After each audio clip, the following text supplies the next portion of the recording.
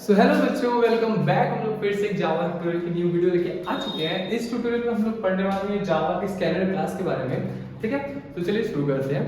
ठीक है, जावा की स्कैनर क्लास वाली फाइल हम लोग क्यों यूज करते हैं, क्यों इसका ऑब्जेक्ट क्रिएट करते हैं और उसको क्यों हम लोग अपने प्रोग्राम में अटैच करते हैं, इस वीडियो में हम लोग ये जानेंगे। ठीक है, देखिए जावा में इनपुट लेने के, यूजर से इनपुट लेने के बहुत डिफरेंट वेज हैं। उनमें से एक वे है जावा की स्कैनर क्लास का यूज करके इनपुट लेना।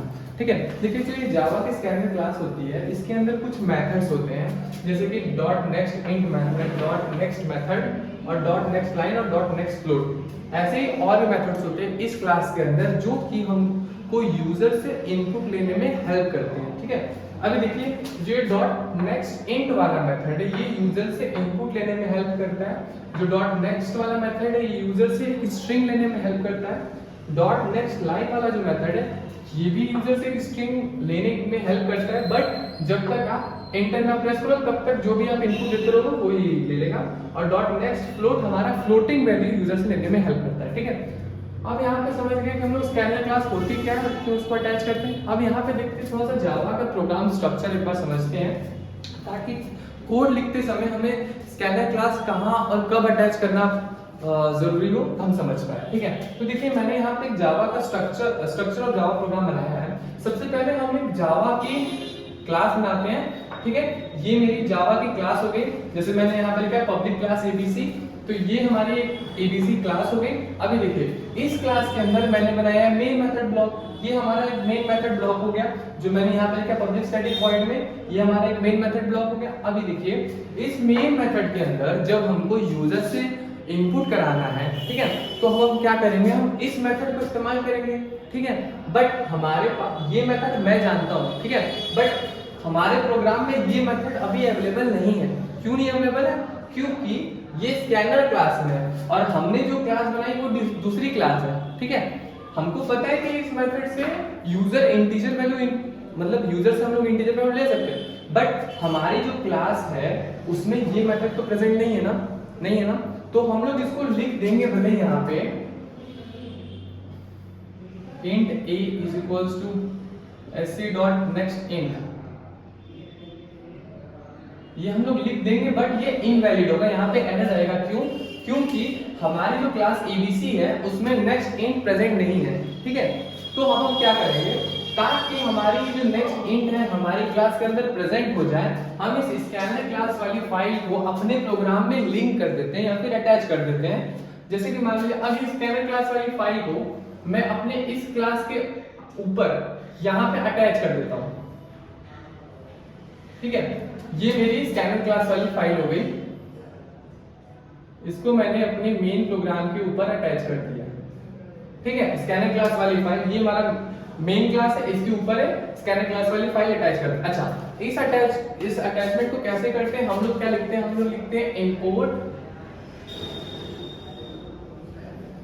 Import Java dot यूटिल dot scanner.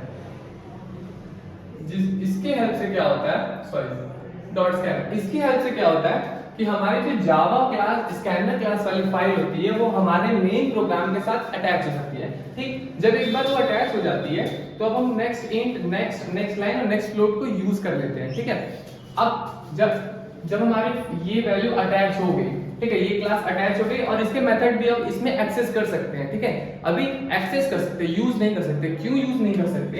क्योंकि देखिए ये क्या है, एक क्लास फाइल है ना, ठीक है, ये एक क्लास है, तो क्लास की किसी भी डाटा या फिर मेथड को आपको यूज करना है ना, तो उसका बनाना पड़ेगा ऑब्जेक्ट। ठीक है, क्या बोला मैंने, क्लास की किसी भी डाटा या फिर मेथड को एक्सेस करना है तो उसका बनाना पड़ेगा ऑब्जेक्ट। यहाँ पे देखिए हमारे पास ये क्लास है, क्लास के अंदर दो चीज होते, क्या होते हैं, डाटा और मेथड्स होते हैं। ठीक है, देखिए क्लास एक होता है क्या, ब्लूप्रिंट। ठीक, आप कोई भी वर्क ब्लूप्रिंट के बेसिस, ब्लूप्रिंट से नहीं करवा सकते।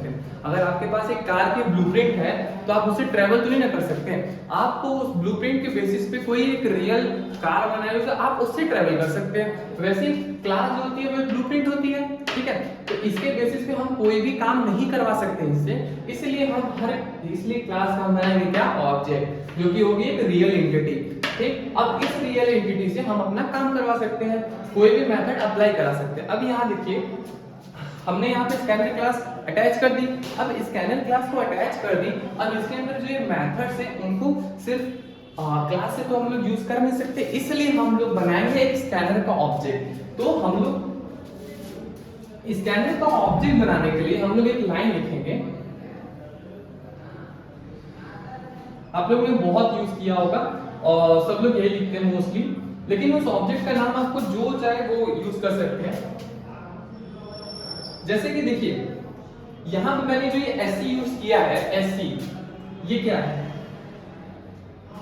देखिए मैंने क्या बोला, आपने क्लास अटैच कर दी। अब इस क्लास का आपको ऑब्जेक्ट बनाना होगा, तभी आप इसके अंदर के मेथड को यूज कर पाओगे। इसके अंदर मेथड है ये आपके नेक्स्ट इंट, नेक्स्ट लाइन और नेक्स्ट फ्लोट। अभी देखिए अब मैं क्या करता हूँ, इस क्लास स्कैनर क्लास जो मैंने अटैच किया इसका ऑब्जेक्ट बनाता हूँ। उसका ऑब्जेक्ट कैसे बनाऊंगा, मैं सबसे पहले लिखूंगा क्लास का नेम,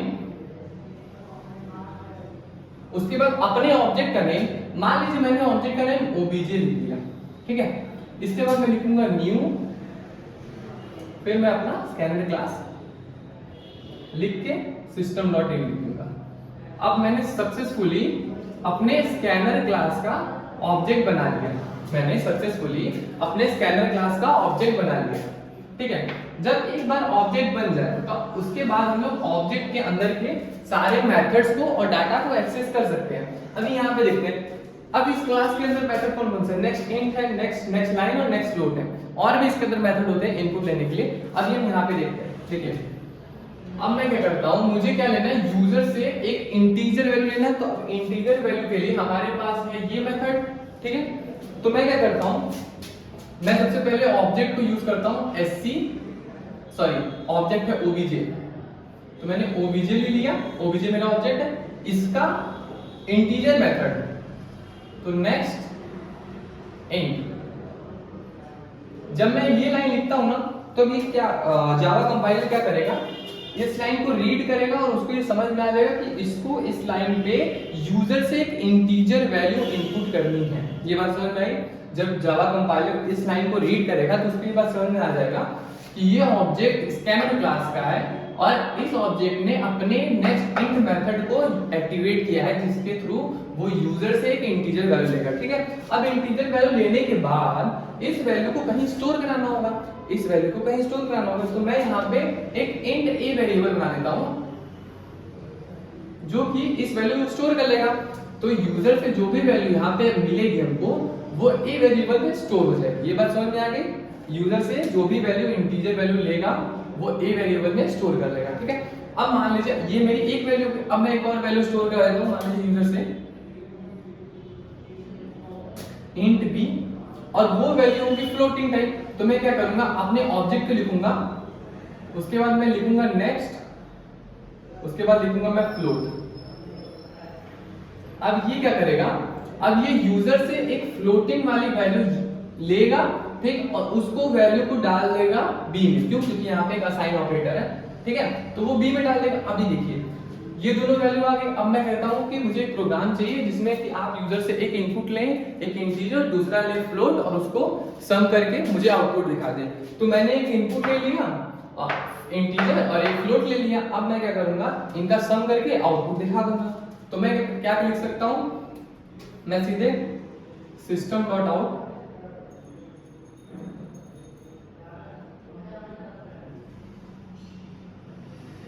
प्रिंट, इसके अंदर मैं क्या लिखता हूं, sum is plus A plus B, और ये हमारा सम आ चुका है, ठीक है।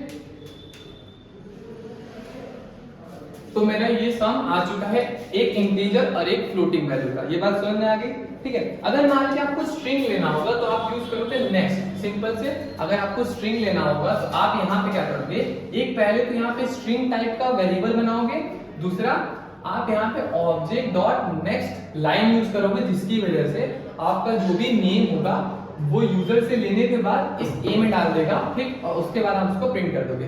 तो मैं आप लोगों को एक छोटा सा टास्क देता हूँ। इस टास्क में आपको क्या करना है, एक जावा का प्रोग्राम लिखना है जिसमें आपको नेक्स्ट लाइन मेथड का यूज करके अपना नेम को इनपुट करना है और उसके बाद उसको प्रिंट करके यहाँ पे दिखाना है, ठीक है। अब प्रिंट में क्योंकि हमारे पास एक वेरिएबल रहेगा तो आप उसमें ए लिख दीजिएगा, आपको सिर्फ ए प्रिंट कराना है,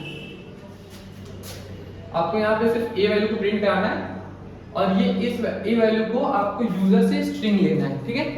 ये आप लोग का होमवर्क रहेगा, ठीक है। तब तक के लिए मिलते हैं नेक्स्ट वीडियो में, थैंक यू।